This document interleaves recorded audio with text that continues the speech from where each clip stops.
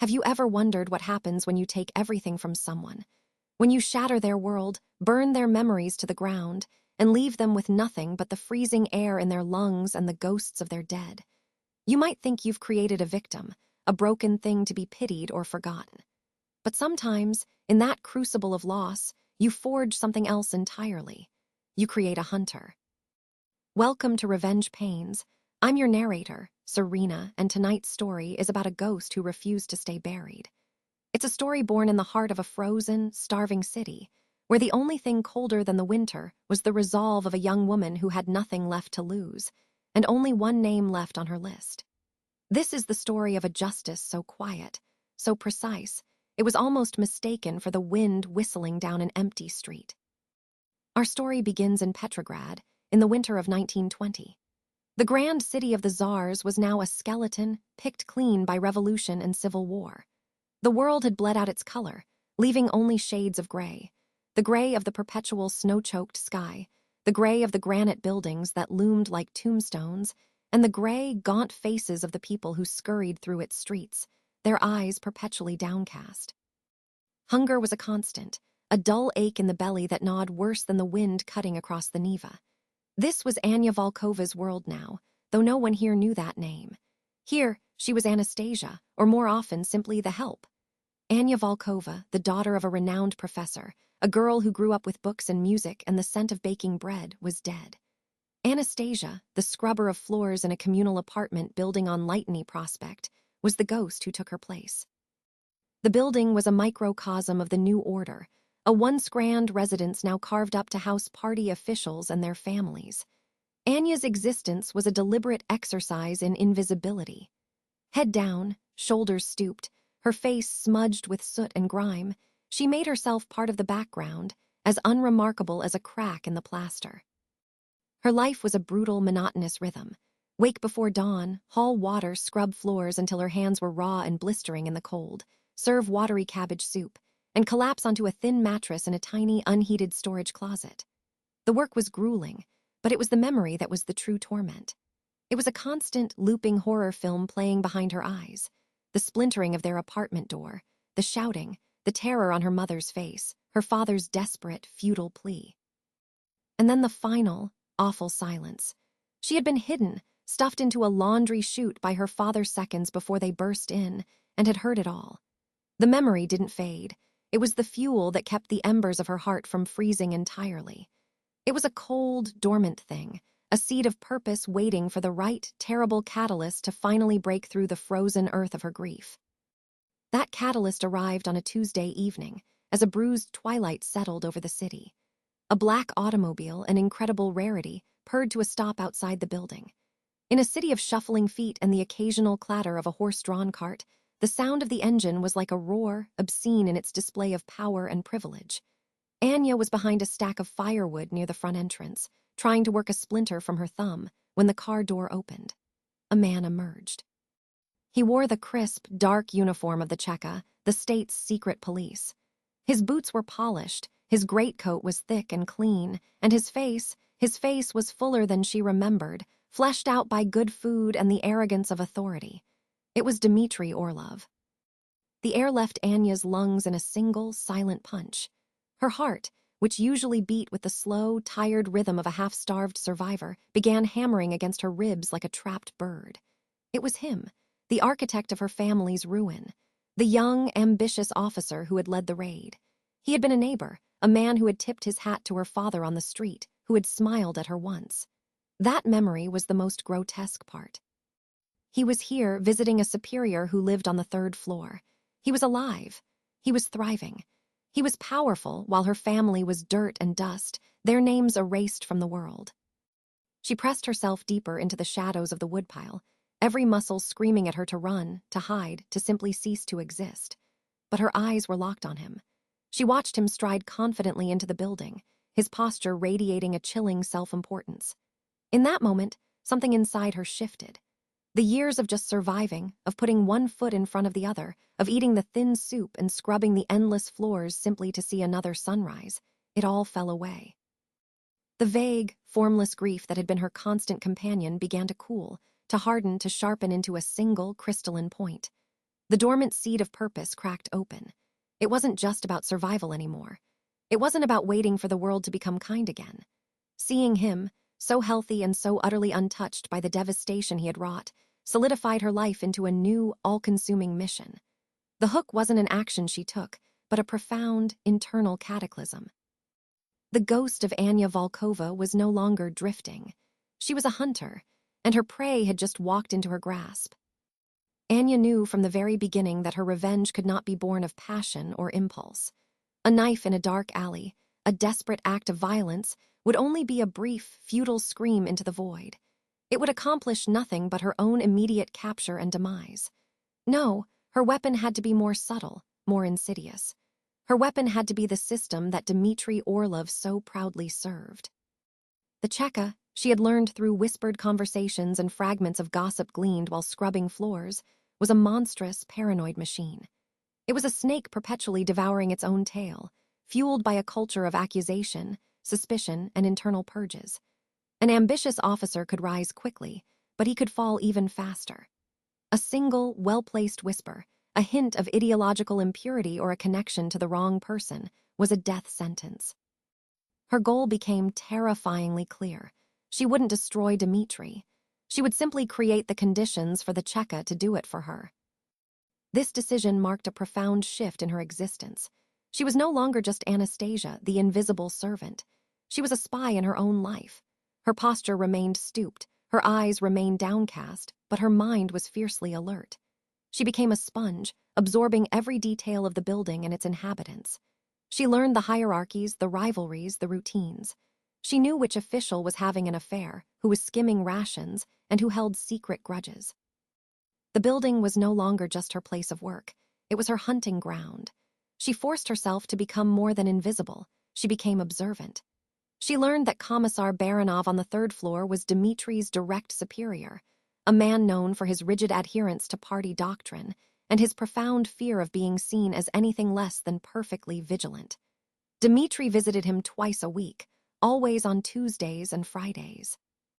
The inciting incident, the true start of her campaign, came from a hushed, fearful conversation she overheard between two junior officials huddled by a cold radiator. They were talking about a recent purge within the Petrograd Cheka.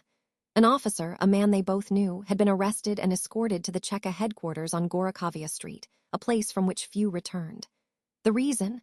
Suspected ties to foreign elements in Finland. A coded letter had been found. That was all it took. The words hung in the air, and for Anya, it was as if a lighted match had been thrown into a room full of gasoline. A letter, foreign elements. An idea, terrifying in its audacity and beautiful in its precision, began to form in her mind. But an idea was nothing without the means to execute it. Her plan would require immense patience and a series of small, calculated risks. The first step was to introduce the barest hint of incompetence into Commissar Baranov's orbit, a tiny crack in his perfect, vigilant world. A few days later, while cleaning Baranov's private office, a task she was trusted with due to her silent, unobtrusive nature, she performed her first subtle act of sabotage. Baranov kept his files meticulously organized in a heavy wooden cabinet. With her heart pounding a frantic rhythm against her ribs, she found a file detailing grain shipments from the south. She didn't destroy it. She didn't steal it. She simply moved it, slipping it between two unrelated files in a different drawer. It was a small thing, a piece of deliberate, malicious clerical error. The result was exactly as she'd hoped. For the next 2 days, the third floor was in a quiet panic. She heard Baranov roaring at his aide about the missing file. The disruption was minor in the grand scheme of the revolution, but it was irritating, and it made the commissar look disorganized. More importantly, it made him agitated and frayed his nerves. He would be more susceptible to suggestion, more likely to see conspiracy in the shadows. While he was distracted, Anya undertook her next, far more dangerous task. She had been saving a portion of her bread ration for over a week, a piece of self-denial that felt like carving out a piece of her own flesh. She took the stale, precious crust to the market, and there she approached a clerk she had been observing for weeks, a man who worked in a separate government supply office. He had a gambling habit and a perpetually greedy look in his eyes. Without a word, she traded the bread for 2 sheets of official-looking paper, the kind used for internal reports, and a small, corked bottle of a specific type of dark blue ink favored by party officials. Holding them in her hand, hidden in the folds of her shawl, was terrifying. It was the first tangible piece of her plot. This single, desperate transaction marked her final transition. She was no longer a passive survivor enduring her reality. She was an active agent of her own justice, beginning to manipulate the gears of the very machine that had crushed her world. And here's where I have to step in for a moment. This is Serena. Think about that transition Anya just made. She went from being pure victim, a ghost haunted by memory, to an architect of something incredibly dangerous. She traded food, the very essence of survival in that starving city, for the tools of her revenge. It wasn't about getting full, it was about getting even. Have you ever had a moment like that in your life? A moment where you decided that simply surviving wasn't enough anymore, that you had to take control, no matter the risk. She was no longer just reacting to her past. She was actively building a future, albeit a future dedicated to destruction. It's a chilling thought, but it's the very heart of what makes stories like this so compelling here on Revenge Pains. She was turning her pain into power. To truly set her trap, Anya knew she had to get closer to Dmitri. Observing from a distance was safe, but it was insufficient. She needed to be in the room. She needed to understand the man not as a monster from her past, but as he was now. His habits, his mannerisms, the cadence of his speech. He was a frequent visitor to Commissar Baranov on the 3rd floor, and it was in that office that the gears of power turned. Her opportunity rested with the samovar. Every time Dmitri visited, Baranov's regular attendant, an older woman named Yelena, would serve them tea. Yelena was frail, her hands unsteady, and she coughed constantly in the damp, cold air. Anya saw not a pitiful old woman, but an obstacle to be removed. It felt like a betrayal of her own humanity, but the cold purpose that now guided her was stronger than guilt. Over several days, she engaged Yelena in quiet, brief conversations, feigning sympathy for her hacking cough. She learned that Yelena used a folk remedy, an herbal tea made with linden flowers. One afternoon, when Yelena was distracted, Anya added something to her personal tin of herbs. It wasn't a poison, nothing so crude. It was a finely ground powder made from a common root she had gathered, something known to cause severe stomach upset for a day or two, but leave no lasting harm. The next Tuesday, just hours before Dmitri was scheduled to arrive, Yelena fell violently ill. With the regular attendant indisposed and the commissar demanding his tea, the building manager turned to the only other available servant who was quiet, efficient, and trusted enough to enter an official's office. Anya, or as they knew her, Anastasia.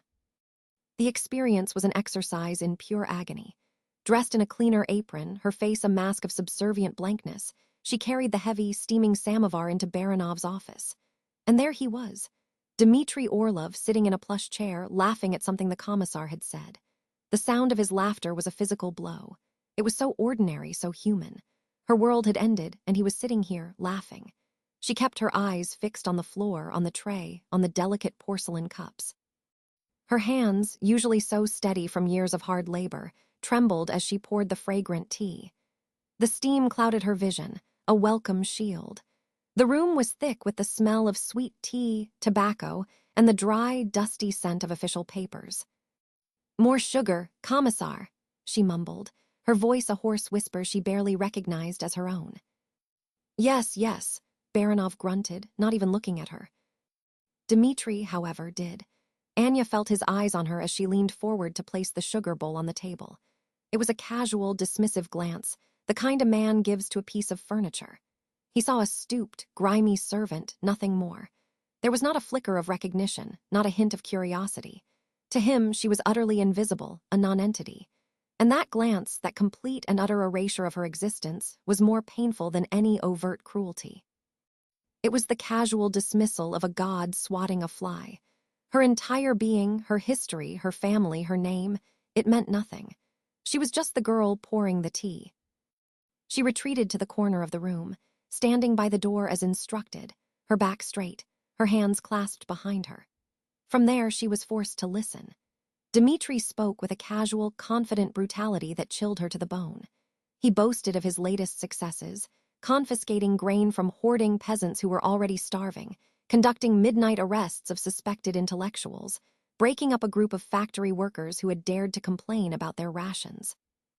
He spoke of human lives as abstractions, as numbers in a report, as obstacles to the glorious future the party was building. He was proud of his work. He believed in it. This wasn't just a job to him, it was a calling. He was a true believer, and that made him infinitely more terrifying.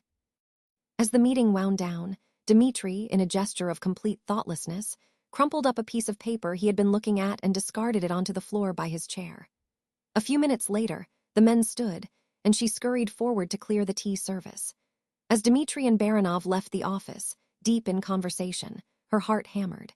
She quickly gathered the cups, but her eyes were fixed on that small, crumpled ball of paper on the Persian rug. After the door closed, leaving her alone in the sudden silence of the grand office, her hands trembled so violently she nearly dropped the tray. She set it down, bent over as if to adjust her worn shoes, and her fingers closed around the note. She didn't dare look at it there. She palmed it, the paper feeling hot, almost alive against her skin. She carried the tray back to the kitchen, her mind screaming. Back in the solitude of her tiny storage closet room, she finally uncurled her fingers. With trembling hands, she smoothed out the crumpled note. It was nothing incriminating. It was just a list of 3 names with addresses next to them, a list of his next victims. But holding it, an object he had touched, a piece of his world now in hers, filled her with a potent, horrifying mixture of revulsion and grim opportunity. She had survived. She had stood in a room with the man who had destroyed her life, and he had not seen her. The risk had been immense. One slip, one moment of recognition in her eyes, and she would already be on her way to the cellars of Gorokhovia Street. The experience reinforced the terrifying stakes of her mission, but it also gave her something new. A piece of his handwriting, a key to her next move, and the cold, hard certainty that she could walk through fire and remain unseen. The plan moved into its second, more perilous phase. Anya now had the tools, the official paper, the specific ink, and thanks to her agonizing turn as a tea servant, she possessed a new, invaluable asset, a sample of Dmitri's handwriting. The crumpled note with its list of names became her Rosetta Stone. For weeks, every spare moment she had was spent in the flickering candlelight of her closet, practicing. She would stare at the way he looped his D, the sharp, short cross of his T, the slight upward slant of his signature. She filled scraps of stolen newspaper margins with his name, over and over, until her fingers ached and the movements became second nature. It was a grotesque intimacy, tracing the script of the man she despised, learning the rhythm of his hand until she could replicate it flawlessly. She wasn't just forging a signature. She was trying to inhabit his authority on paper. Now she had to craft the evidence itself. The letter needed to be perfect, brief, coded, and utterly convincing. It had to be a document that, once discovered, would plant a seed of doubt so poisonous it could never be uprooted. Sitting on her thin mattress, the precious sheet of official paper spread before her, she began to compose the message. She imagined she was a white army contact, an exile in Helsinki trying to communicate with a Cheka officer who had been turned. The language had to be careful, alluding to things without ever stating them outright. She wrote D. Funds received. The family heirloom is more magnificent than you described. Await instructions for the next consignment. The northern route is becoming too risky. We must arrange a new meeting point soon. Burn this. Every word was a calculated risk.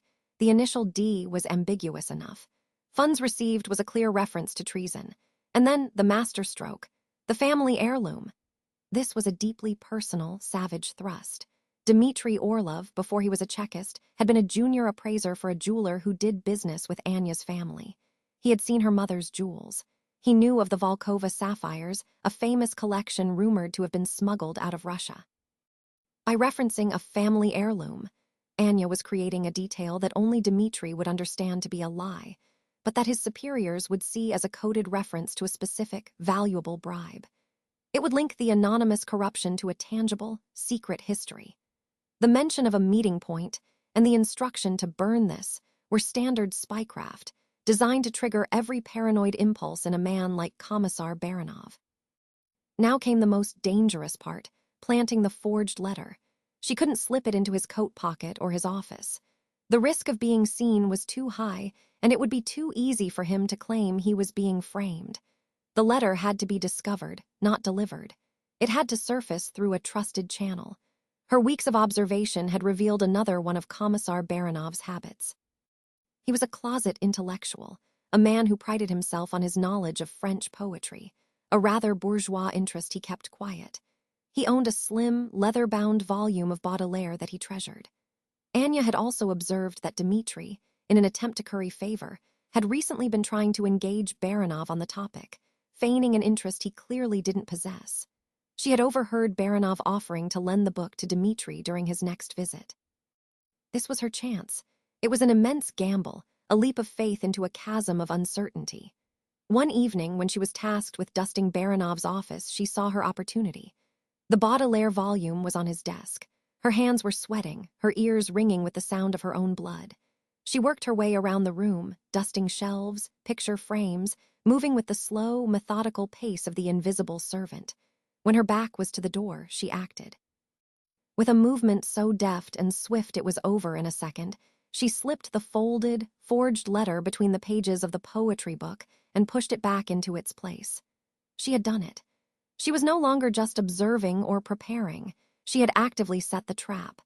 She had planted the seed of Dmitri's destruction right in the heart of his ambition. The dynamic of the story had fundamentally changed. Anya was now in control, a puppeteer pulling a single vital string. All she could do now was wait for the book to be passed from one man to the other, for the letter to fall out, for the poison to start its work. That night, sleep offered no respite. She was plunged into a nightmare, but it wasn't the familiar, horrifying replay of her family's last moments. In this dream, she was back in Baranov's office, serving tea. But this time, when Dmitri looked up at her, his casual glance sharpened into focus. A slow, cold smile spread across his face, a smile of pure predatory recognition. "Anya," he said, his voice soft and menacing. "Anya Volkova, I wondered where you had gone." She woke up with a gasp, drenched in a cold sweat, her heart seizing with a terror more profound than any she had felt. The dream solidified her resolve into something as hard and unyielding as granite. There was no turning back now. She had gambled everything on her own invisibility, and the only way forward was to pray that her ghost-like existence was real, and not just a figment of her own desperate imagination. The days following the planting of the letter were a unique form of torture. The trap was set, but the waiting was an agony of suspense. Outwardly, Anya's routine was unchanged. The scrubbing, the serving, the endless, grinding labor. Inwardly, she was a tightly coiled spring of vigilance. Every conversation she overheard, every snippet of gossip, was a potential sign. The plan seemed to be working, perhaps too well. A new, tense atmosphere settled over the third floor. Whispers began to circulate about Commissar Baranov's unit being under review for lax security protocols. The commissar himself became a thundercloud of suppressed rage, barking at his aides for the smallest infractions. Through the filter of her subservient role, Anya saw that Dmitri, on his weekly visits, was no longer the confident, relaxed officer. He was tense, his movements sharp and agitated. He had lost his easy arrogance, replacing it with a watchful, nervous energy. Her seed of doubt was sprouting. This brought her to the second pinch point, a moment where the consequences of her actions came crashing back at her with terrifying force. As part of the new security review, a wave of random searches was initiated in the communal apartment building. One afternoon, as Anya was returning from hauling water, 2 Chekists were standing outside her small closet room. Her blood ran cold. They were not the usual building guards. They were uniformed officers, their faces hard and impersonal. "This is your room," one asked, his voice flat. Anya could only nod, her throat suddenly too tight to speak. "Open it, we are conducting a search." Her heart hammered against her ribs, a frantic, panicked drumbeat. It wasn't because she had anything incriminating. The ink, the practice sheets, all had been meticulously destroyed and disposed of days ago. The terror came from the violation itself, from the brutal intrusion of the state into her one tiny, private space. It was a visceral reminder of that first, terrible night. The 2 men were ruthlessly efficient. They overturned her thin mattress, ran their hands through her pathetically small bundle of spare clothes, and kicked aside her water bucket. The room, which was barely large enough for one person, felt suffocatingly crowded with their hostile presence. They found nothing, of course. There was nothing to find but the meager possessions of a poor servant. One of the men grunted in dismissal and turned to leave. But the other one, a subordinate of Dimitri's she recognized from the tea service, paused in the doorway. He gave her a long, searching look. It wasn't the casual, dismissive glance she was used to. This was different. This was speculative.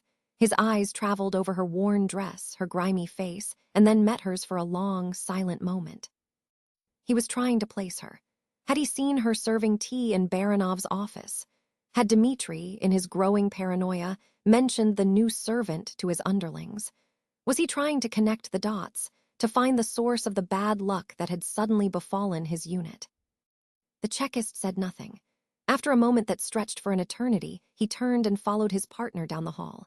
Anya leaned against the doorframe, her legs trembling, unable to support her own weight. A new and terrifying chill washed over her. The suspicion was no longer just a theoretical possibility. It was a tangible presence, a look in a man's eyes. For the next several days, she felt watched. Every time she walked down a corridor, she felt imagined eyes on her back. Every conversation that stopped when she drew near seemed to be about her. This external pressure was a direct, unforeseen consequence of her own actions. The system she was so carefully trying to manipulate was unpredictable. A wild beast that, once provoked, could turn on anyone in its path, including her. The threat was no longer just Dmitri. It was the entire, faceless, paranoid apparatus he represented.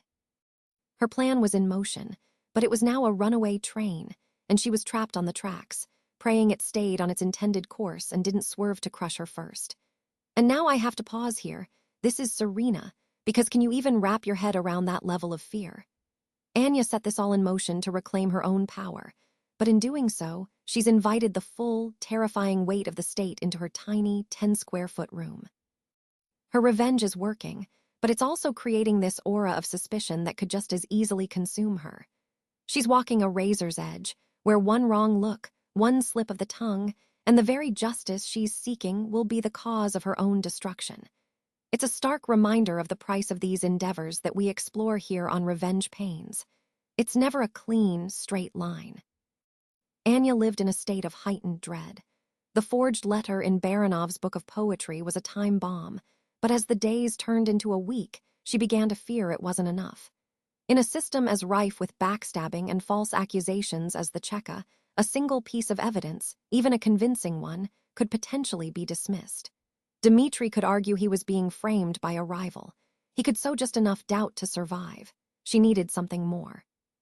She needed a second, corroborating piece of evidence, something that would come from a different direction entirely and create a pattern of suspicion too strong to ignore. This realization brought her to the final push, the point of no return. It would require her to make the ultimate sacrifice. From her old life, the life of Anya Volkova, she had managed to save one single item. It was a small, silver locket, oval-shaped with a delicate etching of a swallow on its surface. It had been a gift from her father on her 16th birthday. It had no real monetary value, especially not now, in a city where bread was worth more than gold. But its sentimental worth was immeasurable. It was the last tangible piece of her family, the last physical link to her father's love. At night, in her cold, dark closet, she would hold it in her hand, the cool metal a comforting weight, and remember. Giving it up felt like severing the final thread that connected her to her own past, to the girl she once was. It was like agreeing to a second death. In a quiet, heartbreaking moment of supreme sacrifice, her purpose overruled her grief. She decided to use it. Her memory of her family would become the final nail in Dmitri Orlov's coffin. The plan was risky, requiring precise timing and a performance of pure, convincing terror. She knew Dmitri's route. Twice a week, his black automobile would travel down the Fontanka River embankment on its way to the Cheka headquarters. It was a busy stretch of road, always crowded with people. One frigid morning, she wrapped her shawl tightly around her head, obscuring her face, and joined the throng. She clutched the locket in her fist, its familiar shape a painful lump against her palm. She spotted his car approaching. Her heart was a frantic drum. As the automobile slowed to navigate a turn, she moved. Walking briskly, as if late for some important task, She timed her path to intersect with his just as he was exiting the vehicle. For a split second, she was only a few feet from him. He didn't even see her. His focus was on the guards saluting him at the building entrance. In that instant, with a movement that looked like a clumsy stumble, she let the locket fall from her hand. It landed on the grimy, snow-dusted cobblestones, a tiny glint of silver near his polished boot. She didn't pause. She didn't look back. She immediately disappeared back into the anonymous, shuffling crowd, her heart screaming, leaving a piece of her soul behind on the frozen street. She didn't wait to see if he picked it up. The act itself was the point. The second phase of this final push began immediately. She went directly to a neighborhood informant she had carefully identified weeks prior. He wasn't an official Chekist, but a low-level snitch, a bitter, resentful man who ran a small bakery and traded information for favors and protection. Anya knew his type. He was envious of the power held by men like Dmitri and would relish the chance to bring one of them down a peg. She burst into his shop, her eyes wide, her breathing ragged. She played the part of a terrified but loyal citizen who had witnessed something suspicious. "Comrade," she stammered, twisting her hands together. I was just on the embankment. I saw Officer Orlov." She lowered her voice to a conspiratorial whisper. A well-dressed man, not like us, he walked past the officer's car. And I saw him pass something to the officer. It was quick, very secret." The baker leaned forward, his eyes gleaming with interest. "Past him what?" "I couldn't see clearly," Anya lied, her voice trembling with feigned fear. "Just a small, shiny object. Officer Orlov picked it up so quickly, looking around as if to see if anyone had noticed. It felt wrong, like a secret payment." Her description of the object was deliberately vague. She didn't say it was a locket. She just said it was small and shiny. But she had planted the seed. A secret transaction. A clandestine exchange with a suspicious, well-dressed foreigner on a public street. The informant, eager to curry favor with his own handlers, would report it immediately. That report, originating from a source completely separate from Commissar Baranov, would eventually land on the desk of an investigator. And when combined with the forged letter found in Baranov's possession, a letter mentioning a valuable heirloom, it would create a devastating pattern. It would corroborate the story of a corrupt officer receiving secret payments from foreign agents. Anya had risked everything. She had turned her last, most precious memory of her family into a weapon. Now all control was gone. The story was no longer hers. It belonged to the Cheka, and she could only watch and wait and pray. It's a breathtaking gamble, isn't it? This is Serena, and I keep thinking about that locket. Remember, this wasn't just a piece of metal. It was her last link to her father, to a life of warmth and love. To sacrifice that, it's a measure of how deep her wound was. It transforms her quest from simple vengeance into something more profound. It's an act of erasure. To kill the man who killed her family, she had to kill the last piece of her old self. It's a chilling illustration of the true cost of justice, a price paid in memory and soul. The final act of Anya's quiet war unfolded not with a bang, but with the suffocating silence of bureaucratic machinery grinding a man to dust. Weeks passed. The waiting was an abrasive cloth rubbing against her raw nerves. The tension in the apartment building became thick enough to taste. Then one morning it happened. From her post scrubbing the main staircase, Anya saw two stern-faced officials from a different department, not Baranov's, ascend to the third floor. They were followed by two armed guards. They went into Commissar Baranov's office, and for 2 hours, Anya worked with the sound of a low, continuous murmur coming from behind the closed door. When they emerged, one of them was carrying Baranov's prized book of French poetry. A small, folded paper was tucked into it, serving as a bookmark. After they left, a wax seal was placed upon the office door. Commissar Baranov was suspended, his unit placed under formal investigation. The snake had begun to eat. The true climax, the moment she had orchestrated with her grief and cunning, came 3 days later. It was late afternoon, the sky the color of a day-old bruise. Anya was shaking a dusty rug out of a second-story window, a position that gave her a clear, unnoticed view of the street below. The black automobile pulled up, as it always did. But this time, when Dmitri Orlov got out, he didn't stride confidently towards the entrance. He seemed hesitant. Before he could even take a step, 2 grim-faced Chekists emerged from the building to meet him. They were men she didn't recognize, their expressions impassive, their presence radiating an absolute, unquestionable authority. They spoke to him quietly.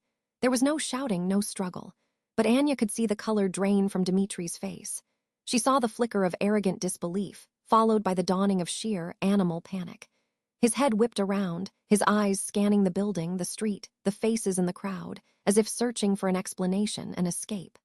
For one heart-stopping moment, his wild gaze swept across the second-story window where she stood. His eyes passed right over her. Once again, there was no recognition. He was looking for an enemy, a rival, a powerful man who had conspired against him. He never once looked for the ghost of a forgotten girl. He never saw the servant with the cleaning rag. He saw nothing. To the very end, she remained invisible. He was not put in chains or manhandled. It was far more chilling than that. He was simply escorted. One Chekist walked on either side of him, and they guided him back to the black automobile. He got in, no longer an owner but a prisoner. The car pulled away from the curb and disappeared into the gray Petrograd twilight. Dmitry Orlov was gone. There was no public trial, no announcement of his crimes. He simply vanished, another mid-level functionary swallowed whole by the paranoid machine he had so eagerly and brutally served. He became a ghost, just like her father, her mother, another casualty of the purges. In the days that followed, Anya waited for the triumphant surge of victory, the warm release of vengeance satisfied. It never came. Instead, what descended upon her was a profound and unsettling emptiness. The burning, white-hot coal of hatred that had lived in her chest for years, the fire that had kept her warm in the freezing cold, had been extinguished. And in its place, there was only a vast, echoing silence. The ghost of Dmitry Orlov had been laid to rest, but the ghosts of her family remained, and now she felt their absence more acutely than ever. Her purpose was fulfilled, but her life was a void.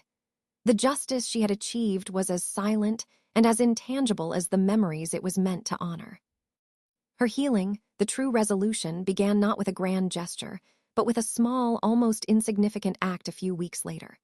She was in the Haymarket, a chaotic swirl of starving, desperate people, when she saw a young boy, no older than 7, his face thin and streaked with filth, dart out from an alley. He snatched a small, dark loaf of bread from a stall and tried to flee. The baker, a large, furious man, caught him by the collar. Anya watched, and something inside her, something that had been frozen solid for years, began to thaw. She saw not a thief, but a reflection of her own desperate survival. Before she was even aware of her own actions, she stepped forward. She took out the small cloth bundle that held her own meager rations for the next 2 days. "Please," she said to the baker, her voice quiet but clear. "Let him go, I will pay for it." The baker, stunned, looked from the boy to Anya's offering and with a grumble, snatched the rations and released the child. The boy stared at Anya, his eyes wide with a mixture of fear and disbelief. She knelt and simply pushed the stolen loaf back into his hands. He clutched it to his chest and, without a word, vanished back into the crowd. That small act of creation, of nurturing, of giving food instead of taking life, was the first step away from the destructive path she had walked for so long. It didn't erase the past, but it opened a door to a future. In that moment, she made a decision. She would leave Petrograd. She would not flee as a victim or as a fugitive from her own deeds, but as a woman choosing her own path. Her final act in the city was a quiet, personal ritual. Standing on a bridge over the frozen Neva, she looked at her gaunt reflection in the icy water. Anastasia, the ghost, was gone, banished with the man she was created to destroy. Anya, she whispered to herself, the name feeling both strange and familiar on her tongue. Not Anya Volkova, the privileged daughter of a dead professor, but just Anya, a survivor. A woman who would build a new life, not on the ashes of her old one, but on the hard, frozen ground of her own resilience. What an incredibly powerful and somber journey.